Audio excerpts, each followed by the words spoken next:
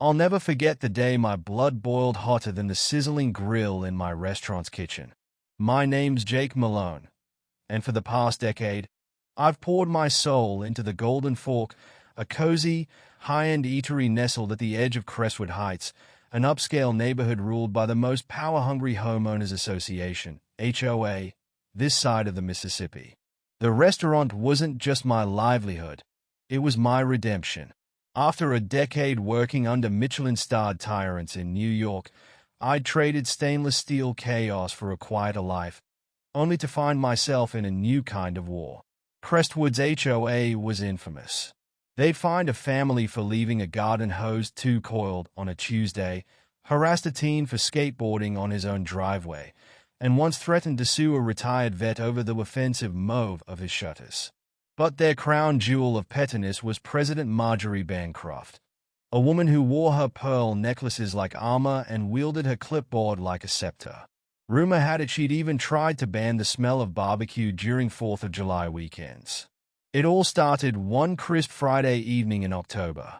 The dinner rush was humming, glasses clinking, laughter bubbling under the warm glow of pendant lights, and I was in my element, searing duck breasts and drizzling balsamic reductions over heirloom tomato stacks.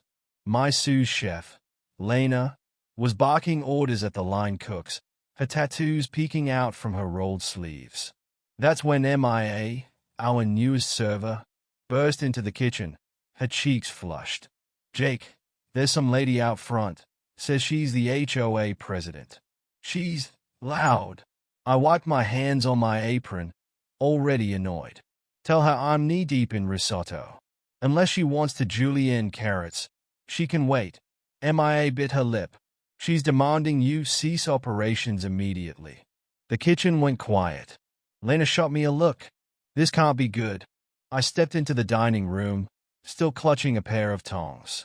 And there she stood, Marjorie Bancroft, flanked by two stone-faced HOA board members. Her icy blonde bob was shellacked into submission, and her coral blazer screamed, "I run charity galas for fun." "Mr. Malone," her voice cut through the murmur of diners. "This establishment is in violation of Crestwood's community standards. Effective immediately, you will halt business and vacate the premises." I blinked. "You're joking." She snapped open a binder. "Noise complaints. Traffic congestion. Odor violations. A resident's purebred poodle reportedly vomited after inhaling your kitchen fumes last Tuesday." A few customers snorted. I leaned against the host's stand, crossing my arms. "Let me guess. Mrs. Whitaker's Pomeranians. This is no laughing matter." Marjorie's veneer cracked. "Your grease pit is an eyesore. The dumpster attracts raccoons. Your patio lights are commercial-grade eyesores. And last week, a delivery truck scratched the community gate." I stepped closer, lowering my voice. "This grease pit has a 5-star rating, and my lot's zoned commercial. It's not even part of your HOA." Her lips curled. "Ah." But as of yesterday, the HOA finalized its acquisition of Lot 17B, your precious parking strip. Our bylaws now prohibit disruptive enterprises. That includes this. She gestured disdainfully at the chalkboard menu. The room buzzed. An older couple by the window paused, forks mid-air. "You can't just rewrite reality," I hissed. "Watch me," she whispered, then spun on her kitten heel. "You have 30 days. Toodle-o." The next morning, I stormed into City Hall, digging through property records until my eyes burned. Sure enough, Marjorie's HOA had strong-armed the county into selling a sliver of land my parking lot shared, a loophole allowing them to claim jurisdiction. My lawyer, Raj, rubbed his temples as he explained. "They're arguing your business diminishes quality of life. If they win, you're zoned out of existence." But as I shuffled through old files that night, I found it, the 2003 grandfather clause agreement, buried under renovation permits. When I'd bought the then derelict building, the city had promised permanent protection from rezoning, as long as the business remained operational. I grinned at the smudged ink. "Game on, Marjorie." "The plan? Go nuclear." I booked a polka band, rented fairy lights, and printed flyers. Free community feast, celebrating 10 years of the Golden Fork. I invited food bloggers, the local news, even the mayor. And crucially, I leaked a tip to Marjorie's rival HOA board member about one last raucous hurrah. Saturday night, the place was packed. Families danced under twinkling lights as the band played beer barrel polka. I'd set up grills outside, serving sliders and peach cobbler. The smokier, the better.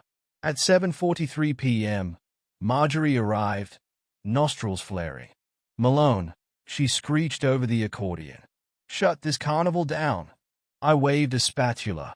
"Why? We're just enjoying the neighborhood." She brandished a cease and desist. "This is private property." "Your property?" I pulled out the grandfather clause. Check page 4, subsection B. No entity, municipal or private, shall supersede this agreement without owner consent. Her face paled. This is fraudulent." "Nope. But your land grab? That's fraud. And guess who's here?" I pointed to a reporter live streaming our showdown. Marjorie backpedaled, but it was too late.